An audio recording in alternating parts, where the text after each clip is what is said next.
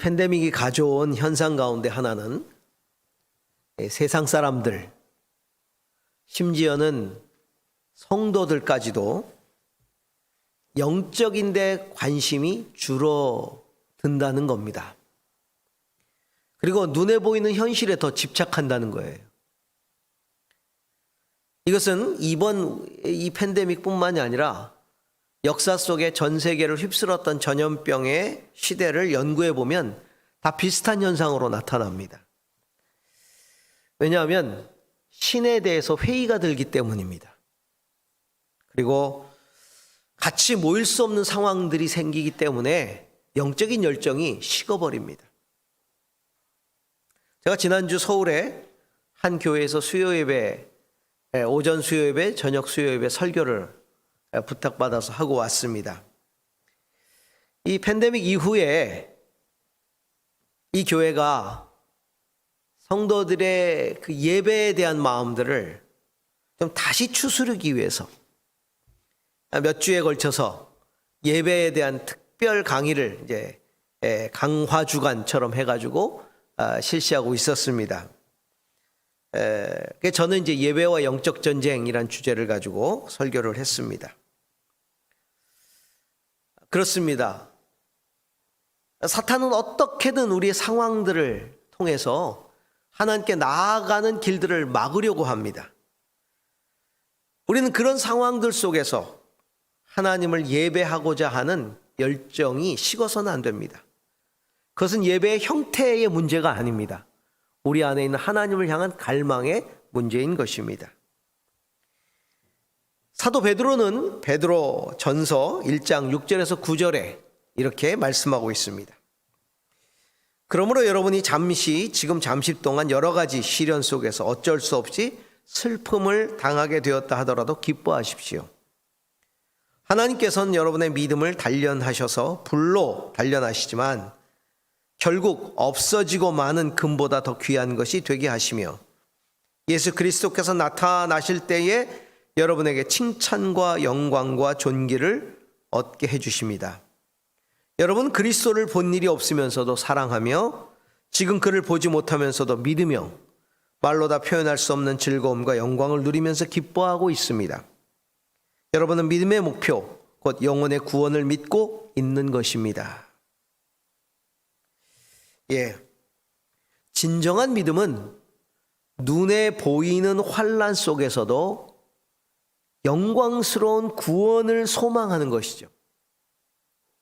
그리고 보이지 않는 주님을 더욱 기뻐하는 것이고 더욱 사랑하는 것입니다. 이게 참 신앙입니다. 사도 바울도 에베소서에서 이렇게 그리스도인의 영적인 위치에 대해서 이야기하면서 이렇게 말하고 있습니다. 에베소서 2장 6절에서 7절인데요. 하나님께서 그리스도 예수 안에서 우리를 그분과 함께 살리시고 하늘에 함께 앉게 하셨습니다. 그것은 하나님께서 그리스도 예수 안에서 우리에게 자비로 베풀어 주신 그 은혜가 얼마나 풍성한지를 장차 올 모든 세대에 드러내 보이시기 위함입니다. 라고 말했죠. 은혜로 구원받은 성도들은 그리스도와 함께 하늘에 앉아서 이 세상을 살고 있는 사람입니다. 하나님은 예수 그리스도를 믿으면서 세상 사는 사람들을 하늘에 앉히셨어요. 그리스도와 함께. 우리가 영적인 위치는 지금 하늘에 있는 거예요. 우리의 육은 이 세상을 살고 있지만 이미 우리의 영적인 위치는 하늘에 있는 거죠. 그래서 하늘을 소망하고 하늘을 믿고 하늘을 생각하고 하늘을 꿈꾸고 하늘의 가치를 가지고 살아가는 거예요. 이게 하늘을 사는 거예요. 하나님은 이 세상을 사는 성도들을 하늘에 앉히시고 그 하늘을 계시해 주십니다. 이 계시라는 말, 우리가 계시라는 말을 많이 쓰잖아요. 계시받았다, 계시. 이 계시라는 말이 커튼을 열어 보인다 이런 뜻이거든요. 커튼을 열어 보인다. 하나님은 지금 여기라는 이 세상의 커튼에 가려져 있는 지금 여기, 우리는 지금 여기 살고 있잖아요. 지금 여기라는 이 세상의 커튼에 가려져 있는 다음 거기의 세상, 하늘의 세상에 대한 것을 계시를 통해 보여주시는 거예요. 그 커튼을 열고, 지금 여기라는 세상의 커튼을 열고 다음 거기를 보여주십니다. 그게 계시예요. 기독교 신앙은 이 세상의 삶을 매우 중요하게 생각합니다. 그렇지만 이 세상에 궁극적 목적을 두고 살지는 않아요. 영원한 다음 거기의 세상에 목적을 두고 있죠. 우리가 세상의 환난을 이기고 시험을 이기고 유혹을 이기는 그것을 극복함에 있어서 영원한 세계에 대한 확신, 계시, 이거는 굉장히 중요합니다. 그래서 그것을 보면 여기에 삶에 궁극적 목적을 두지 않는 것이죠.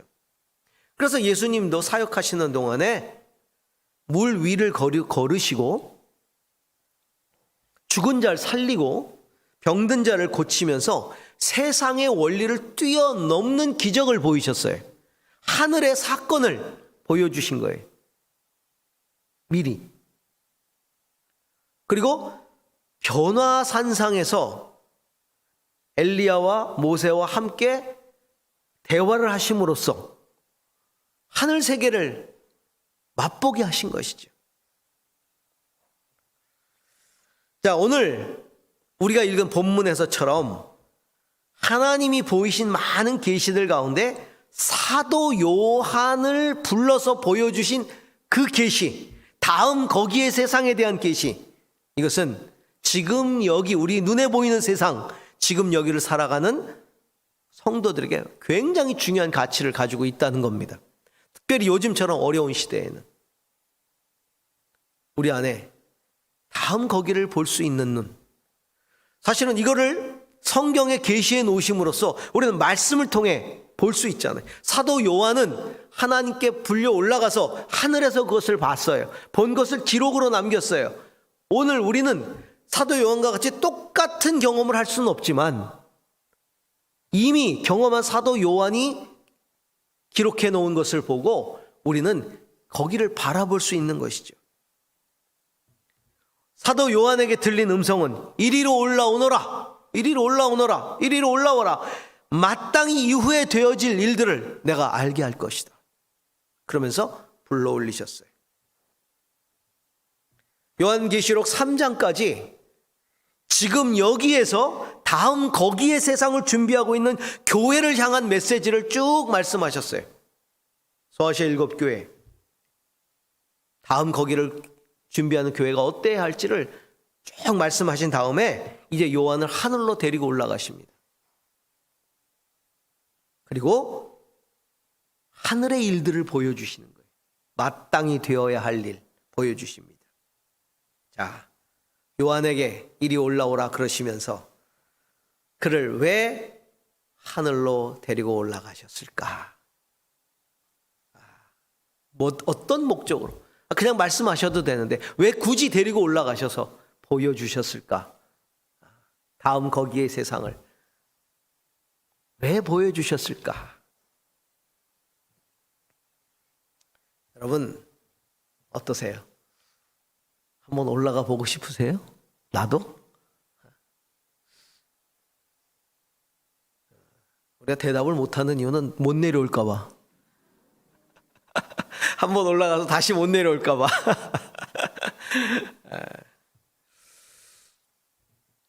아마 거기 올라가면 내려오고 싶은 마음이 없을걸요. 자, 몇 가지 이유가 있습니다. 그 첫 번째는 저는 이것을 하늘 전망대라고 표현하는데, 하늘 전망대에서 하늘 전망대에 올라가서 지금 여기를 내려다보면서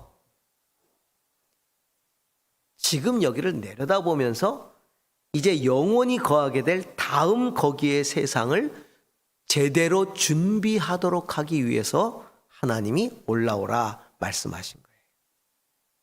거기 올라가서 여기를 내려다봐야 내가 뭘 준비해야 될지가 제대로 보인다는 겁니다. 다음 거기라는 세상은 시간과 공간을 뛰어넘는 세상이에요. 하늘나라는. 하늘의 세상이고 영원한 세상이죠. 그 하늘의 사건, 하늘의 세상을 알려면 땅에서는 절대로 불가능합니다. 볼 수가 없습니다. 하늘 전망대로 올라가야 되는 것이죠. 거기서 하나님의 눈으로, 하나님의 시간 속에서 하나님의 세상을 바라볼 수 있어야 되는 것입니다. 그래서 불러 올린 거예요. 그것을 보도록. 그리고 거기서 지금 여기 세상을 바라보게 하신 것이죠. 여러분 얼마나 높이 올라가 보셨습니까?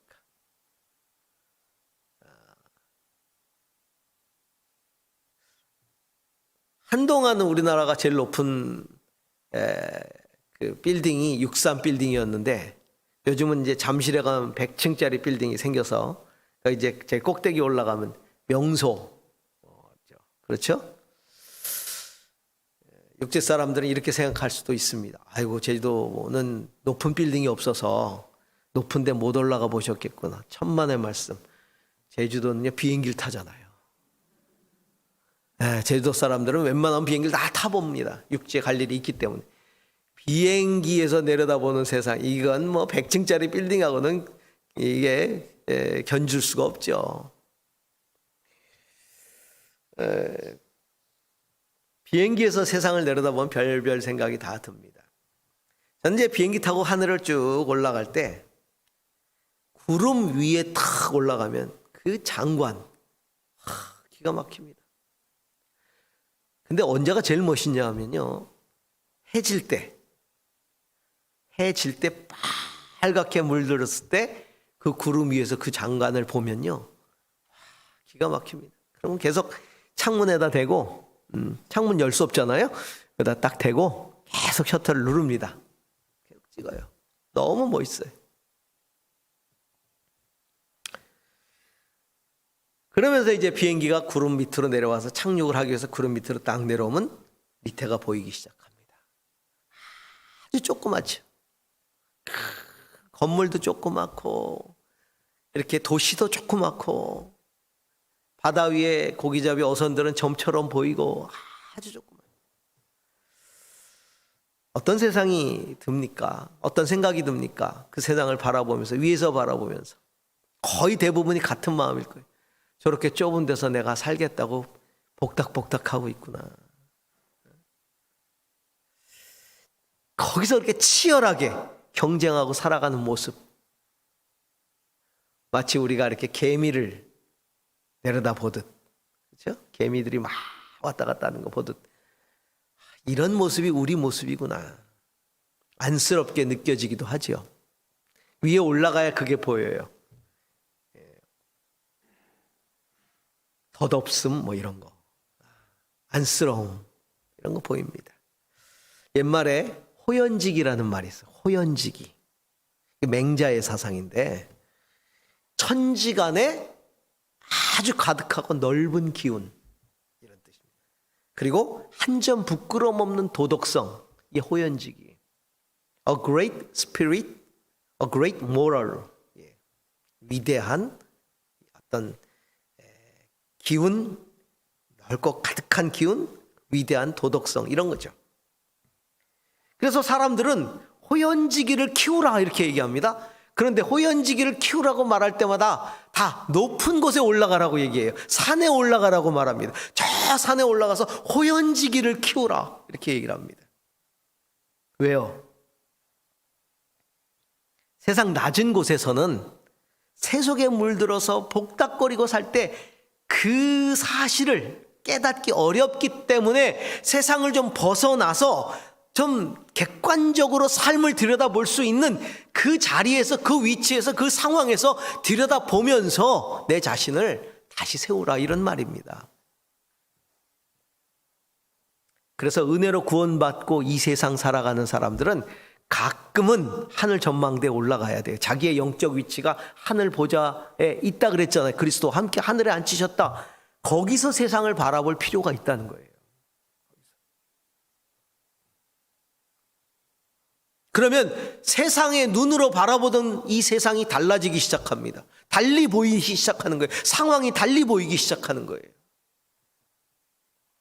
그게 얼마나 보잘것없는 문제였는지를 알게 되면서 좀 더 의연하게 그 상황들을 바라보고 우리의 모습을 깨닫게 되는 거죠.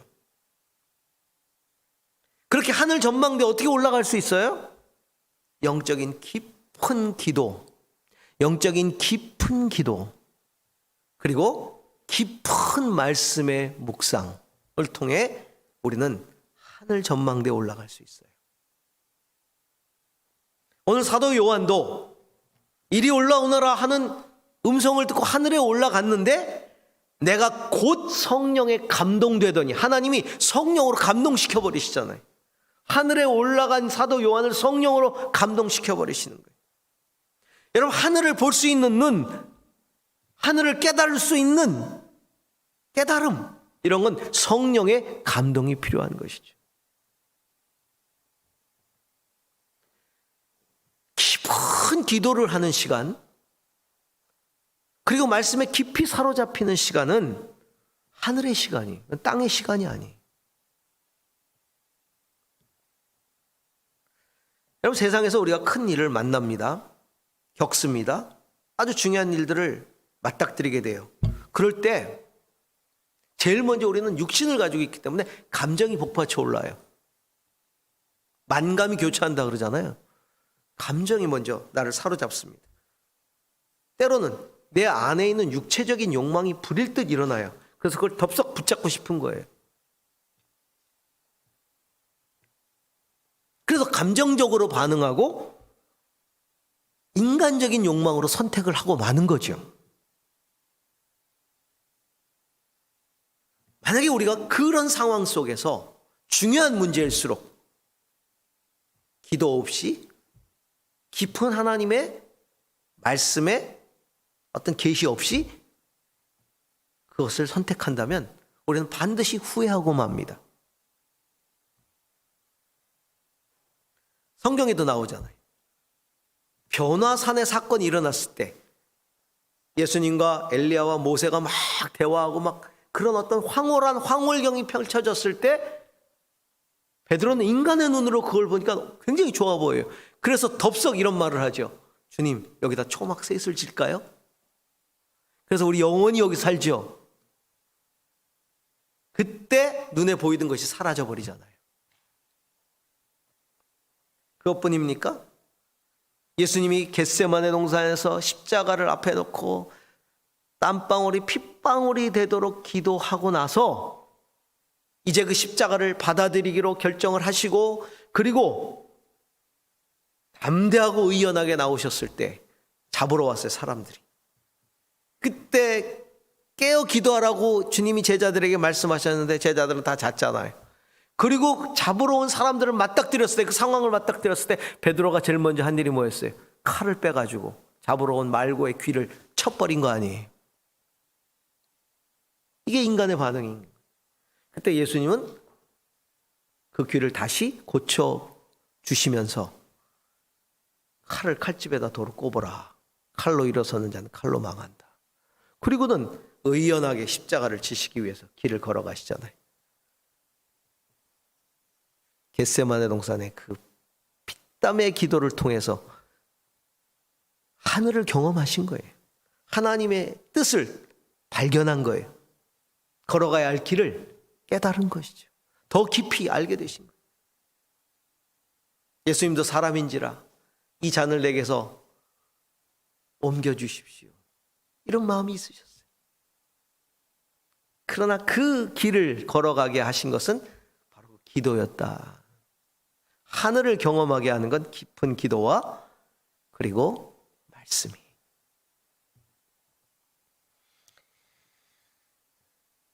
그래서 주님은 우리에게 기도하라고 그렇게 늘 말씀하시는 거예요. 늘 기도해라. 하늘 전망대에 올라가라. 그 얘기죠. 말씀으로 판단하라고 이야기하시는 겁니다. 좀 더 영적으로 높이 올라가 그 일들을 바라보라. 저는 우리 모든 성도들이 지금 여기의 삶을 잘 살기 위해 더 깊은 기도와 말씀으로 하늘 전망대에 자주 올라가시기를 주의 이름으로 축원합니다. 또 주님이 왜 요한을 불러 올리셨을까? 하늘 전망대에 오르면 보좌에 앉아 계신 하나님을 만나기 때문입니다. 자, 이후에 마땅히 될 일을 알게 하신다 이렇게 말씀하셨어요. 자, 이리 올라오너라 그러시면서 이후에 마땅히 될 일을 내게 보여주리라. 그리고 이제 장차 될 일을 쫙 보여주시는데 그게 요한계시록이잖아요. 자, 사람들이 요한계시록에 관심을 갖는 이유도 사실은 장차 될 일에 대한 것들을 좀 알고 싶어서 그렇게 관심을 갖습니다. 그런데 우리가 앞으로 되어져야 할 일보다 더 관심을 가져야 할 게 있어요. 그것이 뭡니까? 그 앞으로 그 일을 행하실 하나님을 보는 거예요. 그 일보다 더 중요한 건 그 일을 행하실 하나님을 만나고 하나님을 경험하는 겁니다. 그분을 아는 겁니다. 모든 역사의 시작과 끝이 되시는 천지의 창조주를 아는 거예요. 우리가 역사의 주인 되시고 그 다음에 모든 삶의 주관자 되신 하나님을 알지 못한 채로 장차 될 일을 안들 무슨 의미가 있겠어요? 내가 하나님도 모른 채로 내 미래를 안다? 무슨 의미가 있어요? 하나님을 알지 못하고 미래를 알면 아마 인간의 삶에 엄청난 혼돈이 올 겁니다. 하나님과 친밀한 관계가 없는 장래에 대한 일은 단순한 호기심이에요. 그것은. 그래서 그 호기심을 가지고 사람들을 협박하는 게 이단 사이비들이에요. 가치가 없는 거죠. 수많은 이단들을, 사이비들을 연구해 보면 두 가지, 마땅히 될 일에 대한 잘못된 해석, 마땅히 될 일에 대한 잘못된 해석과 또 하나는 그 일을 행하신 하나님에 대한 잘못된 해석, 이것 때문에 이단 사이비가 생겨요. 예수님이 뭐라고 말씀하셨어요? 나와 나 보내신 이를 아는 게 영생이다 그랬어요. 제대로 알아야 돼요. 마땅히 될 일은 영생과 관계되는 일은 아니에요. 영생과 관계되는 일은 마땅히 될 일을 행하시는 하나님을 제대로 아는 거예요. 예수님을 제대로 아는 거예요. 오늘 그 될 일을 보기 전에 먼저 요한계시록은 요한이 본 하늘의 경광을 우리에게 보여주고 있어요. 제일 먼저 본 게 뭡니까? 하늘 보좌를 봤다. 하늘 보좌를 봤다. 장차 될 일을 보기 전에 그 장차 앞으로 될 일을 행하실 하나님을 먼저 요한이 보고 있는 겁니다. 그가 본 하늘 보좌, 거기에는 보좌에 앉아 계신 하나님, 그리고 부활하시고 하나님 앞에서 장차 일어날 일들이 담긴 두루마리의 일곱 인을 떼시기 위해 계신 어린 양 예수 그리스도, 그리고 그 일에 함께 하시는 성령님, 거룩한 영, 일곱 영으로 표현되는 성령님, 삼위의 하나님이 그곳에 계시다는 거예요. 성부, 성자, 성령께서. 오늘 읽지는 않았지만 계시록 5장 6절에는 이런 말씀이 있습니다. 함께 읽어볼까요? 나는 또 보좌와 네 생물과 장로들 가운데 어린 양이 하나 서 있는 것을 보았는데 그 어린 양은 죽임을 당한 것과 같았습니다. 그에게는 뿔 7과 눈 7이 있는데 그 눈들은 온 땅에 보내심을 받은 하나님의 7 영이십니다. 하나님의 보좌 앞에 어린 양 예수 그리스도께서 죽임당하고 부활하신 어린 양 예수 그리스도께서 계시는 거예요. 그리고 그분은 그 두루마리를 받으셔서 그 두루마리의 7 인을 떼시면서 장차 될 일을 행하시는 것이죠.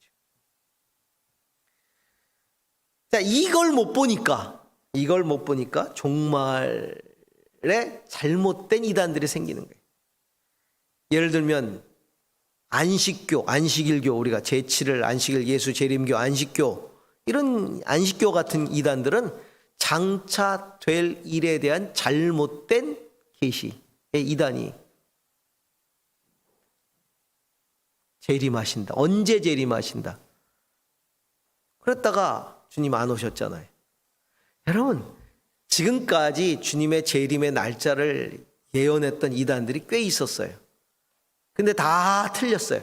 그 이단 중에 단 한 이단 사이비도 우리가 잘못됐습니다, 틀렸습니다, 옳지 않았습니다, 혹세 무민했습니다, 용서해 주십시오 이렇게 말한 이단 보셨어요? 어떤 이단도 사과 안 합니다. 어떤 이단도 잘못했다고 말 안 합니다. 말 바꿉니다. 안식교도 그랬어요. 영적으로 임재하셨다. 영적으로 재림하시고 이제 앞으로 육적으로 재림할 것이다. 허튼 소리 하는 거죠. 이단들이 다 그래요.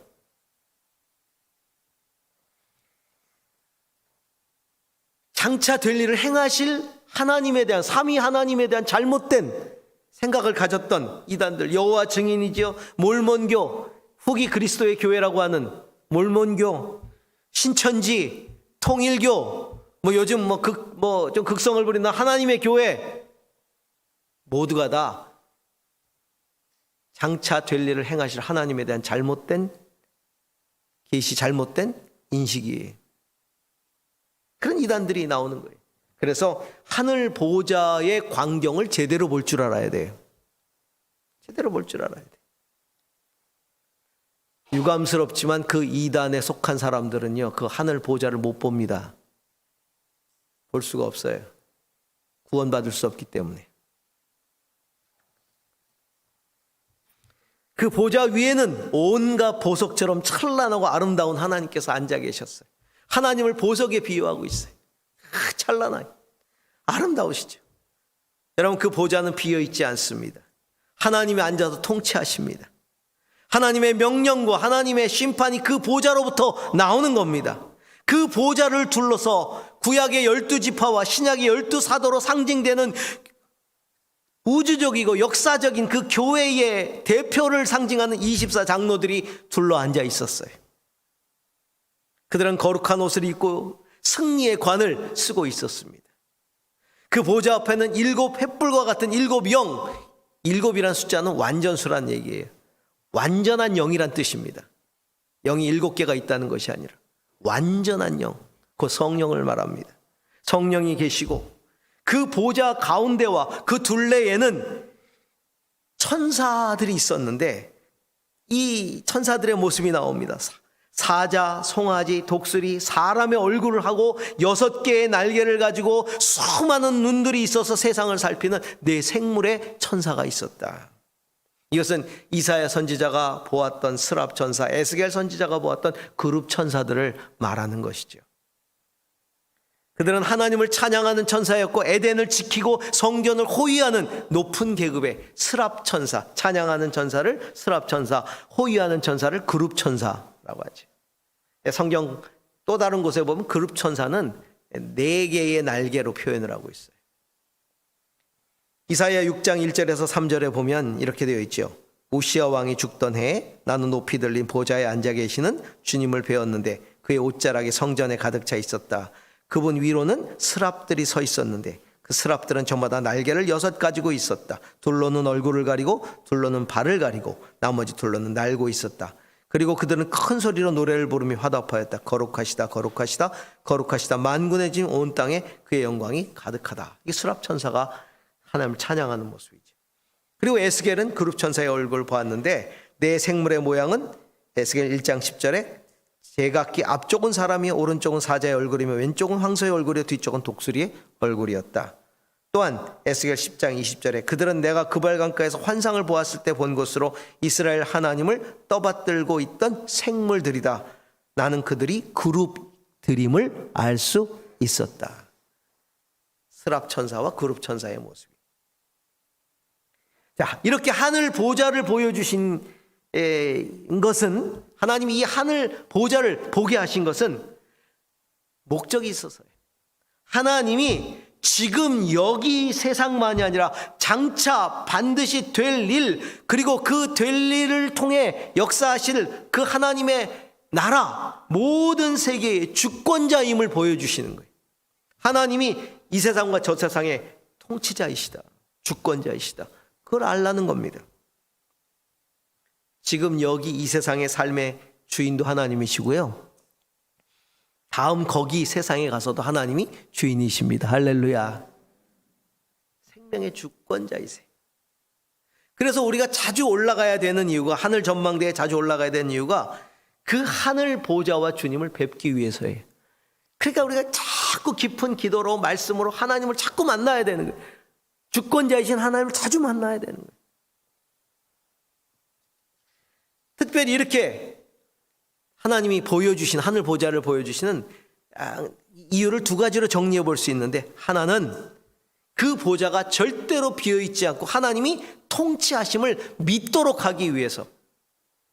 왜냐하면 제자들이 순교하고 이 사도 요한도 자기 자신이 반모섬에 갇혀서 고난당할 때 어떤 생각이 들겠어요? 하나님이 살아계시면 이런 일이 자꾸 생길 수 있을까? 왜 사람들은 저렇게 죽게 내버려 놔두실까? 왜 이렇게 고난당하도록 그냥 놔두실까? 하나님에 대한 회의가 자꾸 들어올 거 아닙니까? 아까도 처음에 말씀드렸지만 이런 이 전염병의 사태가 자꾸 나고 이거보다 더 큰 환란도 날 수 있어요. 그렇죠? 얼마나 많은 환란이 나겠어요. 지진, 기근, 전쟁, 수많은 환란들이 막 생길 텐데 어떻게 하나님이 살아계시면 이런 일들이 벌어질 수 있을까? 정말 하나님이 살아계신다면 통치하고 계시기는 할까? 이런 의심이 든단 말이에요. 특히 믿는 자들이, 안 믿는 자들이야 원래 안 믿으니까 뭐 우연이다 이렇게 말할 수 있겠지만, 믿는 자들에게는 이런 회의가 자꾸 들어올 수 있다는 거예요. 뭐 이런 천재지변이 아니라도 내 인생에서 조금만 어려움이 생겨도 하나님 왜 내게 이런 일이 벌어지십니까? 하나님 정말 살아계시는 거 맞습니까? 우리는 이렇게 회의한단 말이에요. 회의 안 할 것 같죠? 천만의 말씀이에요. 지금 평안하니까 괜찮지요? 아마 내가 조금이라도 감당하기 어려운 일이 생겨버리면 우리는 금방 의심합니다. 금방 회의합니다. 우리 믿음이라는 게 그렇게 약해요. 그런 우리에게 확신을 주시기 위해서 하나님은 통치하신다, 살아계신다, 그걸 보여주시기 위해서 사도 요한을 불러 올리신 거예요. 없는 것 같이, 내가 통치 안 하는 것 같이 내가 지금 다 계획을 가지고 통치하고 있는 거야. 난 이 보좌를 비우지 않아. 확신과 용기를 잃지 말고 끝까지 믿음으로 승리하라고 말씀하고 계시는 것입니다. 할렐루야. 또 하나가 있다면, 이 세상을 살면서 이 땅만 바라보고 살면 네가 세상 주인인 줄 알 거야. 네가 이 세상의 보좌의 주인 노릇하고 싶어 하기 때문에 내가 주인이 누군지를 알려주기 위해서 보여주는 거야. 여러분, 우리 안에 그런 마음이 있어요. 내 인생 주인 노릇하고 싶어하고, 내 가족의 주인 노릇하고 싶어하고, 내 직장의 주인 노릇하고 싶어하고, 이 학교의 주인 노릇하고 싶어하고, 내 인생의 주인 노릇하고 싶어하는 마음이 우리 안에 다 있단 말이에요. 그리고 실제로 그렇게 주인 노릇하려고 하죠. 왜냐하면 이 땅의 보좌만 보기 때문에. 그 보좌에 앉는 사람이 주인이지. 예? 빙글빙글 도는 이제 회전은 이제 임자가 따로 있어요. 앉으면 주인이지. 예. 다 앉고 싶어 하는 거예요. 하늘의 보좌를 딱 보는 순간, 보좌에 계신 주님을 보는 순간 우리는 진정으로 내려놓음을 실천하게 되는 거예요. 내려놓을 수밖에 없는 거예요. 그래서 하늘의 보좌를 둘러선 24 장로들이 어떤 일을 합니까? 자기의 관을 벗어서 하나님 앞에 다 내어드리잖아요. 자기의 관을 벗어서. 이 관을 쓸 자격이 없습니다. 나는 이 승리의 관을 쓸 자격이 없습니다. 오직 하나님만이 이 관의 주인이십니다. 그러면서 다 내려드리고, 그리고 하나님을 찬양하잖아요. 그래서 우리는 기도를 통해 하늘 보좌를 봐야 돼요. 말씀을 통해 봐야 돼요. 그래야 용기를 얻고 이 세상의 환란 속에서도 이겨내며 하나님은 살아계신다, 통치하신다. 지금은 하나님의 섭리 가운데 잠시 고난이 있지만 그래도 하나님은 하나님의 계획 속에 이 세상을 통치하시고, 그리고 내가 이 세상의 주인이 아님을 고백하며 하나님을 의지하는 것이죠. 자, 세 번째로 왜 요한을 불러 올리셨을까? 피조물의 목적, 피조물이 행해야 할 가장 근본적이고 위대한 일은 바로 창조주 하나님에 대한 예배와 찬송이라는 것. 쉽게 얘기하면 삶의 목적이 뭔가를 제대로 알려주시기 위해서. 짧은 인생, 우리는 여러 가지 목적 가지고 인생 살잖아요. 그런데 하나님은 영원부터 영원까지 계신 분이세요. 영원부터 영원까지 계시는 하나님이 잠깐 사는 인생 모든 피조물에 대해서 그 목적이 뭔가를 제대로 알게 해주시는 거예요. 그 목적은 하나님을 찬송하는 거고 경배하는 것이다. 100년도 안 되는 인생, 그 인생 뭔가를 목적하고 달성하기 위해서 무던히 애를 쓰고 달리다가 우리는 영원이라는 세계로 들어갑니다. 우리는 영원이라는 세계 속에서 뭘 하고 살아야 돼요? 하나님 찬송하고 경배하고 살아야 돼. 그게 목적이. 그러니까 이 짧은 인생도 사실은 목적이 뭡니까? 이 인생에 하는 일들을 통해서 하나님을 예배하고 찬송하는 일을 하라는 겁니다.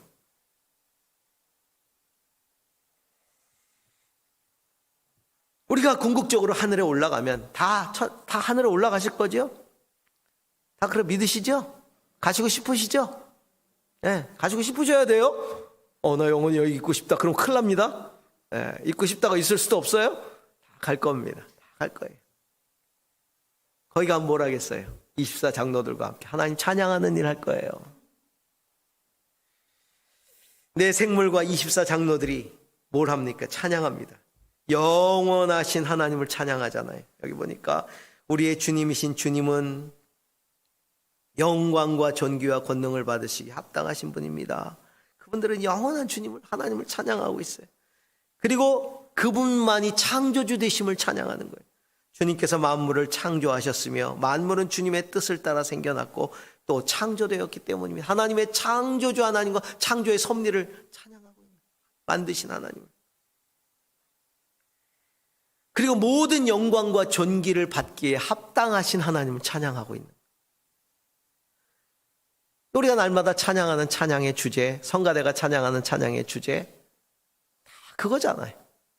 결국은 우리의 찬양, 여기서의 찬양은 천국 찬양의 연습이에요. 미리 여기서 하는 거고. 세상 사람들은 하나님을 모르기 때문에 안 하는 거고, 우리는 하나님을 알기 때문에 여기서 미리 찬양하는 거고.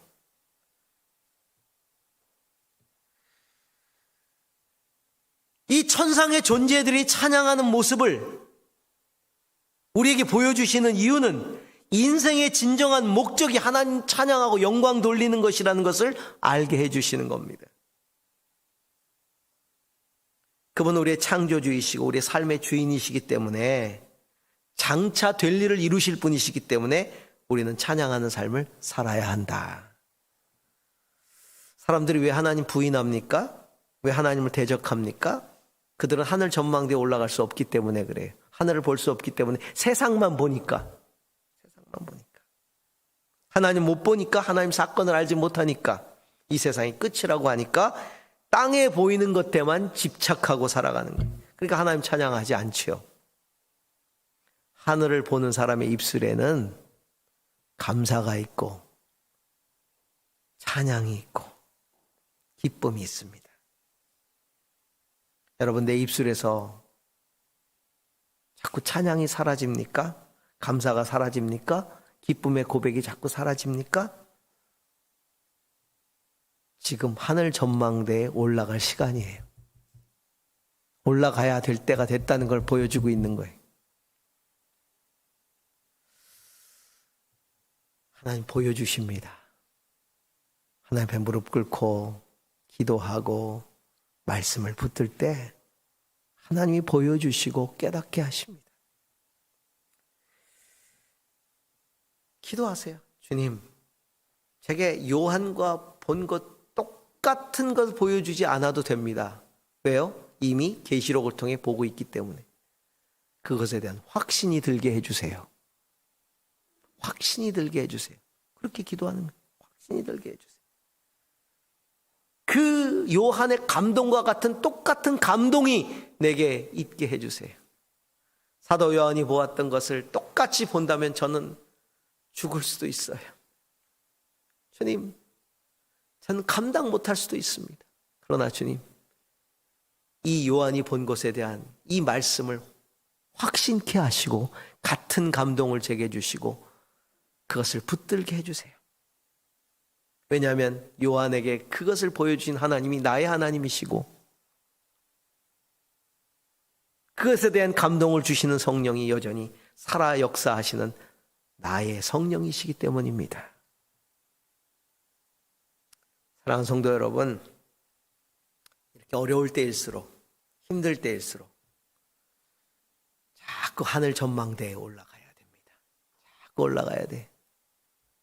그래서 내려다 봐야 돼요. 얼마나 자주 올라가십니까? 다음 거기에 삶을 준비하는 지금 여기의 삶이 될 수 있어야 돼요. 더 가치 있는 지금 여기의 삶을 사시기 바랍니다. 이것을 위해서 이리 올라오너라 라고 말씀하시는 주님의 음성을 따라 더 자주 올라가서 세상을 바라볼 수 있는 저와 여러분이 될 수 있기를 주의 이름으로 축원합니다. 기도하십시오.